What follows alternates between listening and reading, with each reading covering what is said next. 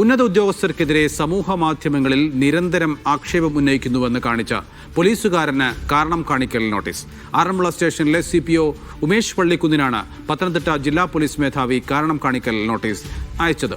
പിരിച്ചുവിടലിന് മുന്നോടിയായുള്ള നടപടിയെന്ന നിലയ്ക്കാണ് notice.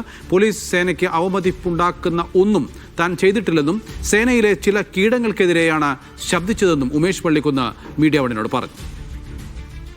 Police സേനയുടെ അച്ചടക്കം ലംഘിച്ചെന്ന് കാണിച്ച് ഈ ആറന്മുള സ്റ്റേഷനിലെ CPO ഉമേഷ് പള്ളിക്കുന്നിന് പോലീസ് ഇപ്പോൾ ഒരു കാരണം കാണിക്കൽ നോട്ടീസ് അയച്ചിരിക്കുകയാണ്. അദ്ദേഹം നമ്മളോടൊപ്പം ചേരുന്നുണ്ട്.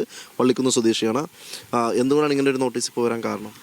നോട്ടീസ് എന്ന് പറഞ്ഞാൽ നോട്ടീസ് പറഞ്ഞിരിക്കുന്നത് ഇതുവരെയുള്ള അച്ചടക്ക നടപടികൾ, നിരവധി അച്ചടക്ക നടപടികൾ ഉണ്ടായിട്ടുണ്ട്. നമ്മൾ പോലീസിലെ പ്രശ്നങ്ങളെക്കുറിച്ച് പറയുന്നത് കൊണ്ട് ഒരുപാട് അച്ചടക്ക നടപടികളുണ്ട്. അതൊക്കെ കൺസോൾഡേറ്റ് ചെയ്തിട്ട് താങ്കൾ പോലീസ് സേനയിൽ തുടരാൻ അർഹനല്ല, അതുകൊണ്ട് താങ്കളെ പിരിച്ചുവിടാൻ തീരുമാനിച്ചിരിക്കുന്നു. അതിന് 15 ദിവസത്തിനുള്ളിൽ ഒരു കാരണം കാണിക്കണം, ഇല്ലെങ്കിൽ പിരിച്ചുവിടാൻ തീരുമാനിച്ചു, ഒരു പ്രഹസനം എന്നുള്ള തരത്തിലൊരു നോട്ടീസ് തന്നിട്ടുണ്ട്. അതിന് മറുപടി കൊടുത്ത് നടപടി ഉണ്ടാവുമായിരിക്കും. മാധ്യമങ്ങൾ നിരന്തരമായി എഴുതുന്ന ഒരാളാണ്. അപ്പോൾ ആ ഒരു എഴുത്ത് തന്നെയായിരിക്കുമോ ഇപ്പോൾ ഒരു ഇതായത്?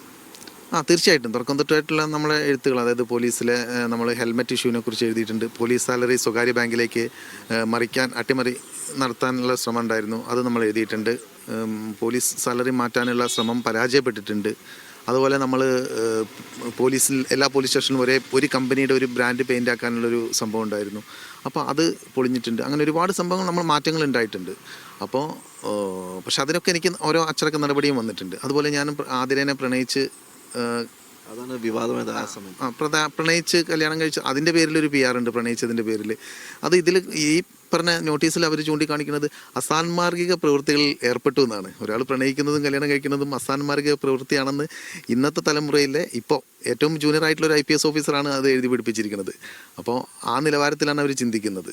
പിന്നെയുള്ളത്, ഞാൻ കുറ്റവാളികളുമായി ചേർന്ന് പോലീസിനെതിരെ നിന്നു, അതായത് കോടതി കുറ്റവിമുക്തനാക്കി വെറുതെ വിട്ടു എന്ന് പറഞ്ഞ് ഗ്രോവാസുവിൻ്റെ ഒരു ഫോട്ടോ പോസ്റ്റ് ചെയ്തതാണ് പോലീസ് കുറ്റവാളികളുമായി ചേർന്ന് പ്രവർത്തിക്കുന്നു എന്ന് പറയുന്നത്.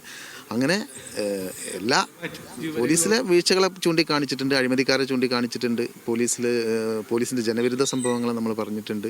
അതേസമയം നമ്മൾ പോലീസിലെ നല്ല കാര്യങ്ങളെ പറ്റി എഴുതിയിട്ടുണ്ട്, ആത്മാർത്ഥമുള്ള പോലീസുകാരെ പറ്റി എഴുതിയിട്ടുണ്ട്. പക്ഷേ ഈ കാരണങ്ങൾ ചൂണ്ടിക്കാണിച്ചുകൊണ്ട് നമ്മളെ പിരിച്ചുവിടാൻ തീരുമാനിച്ചിരിക്കുകയാണ്. സാന്ദർഭികമായിട്ട് ഉണർത്തുന്നതാണ് ഈ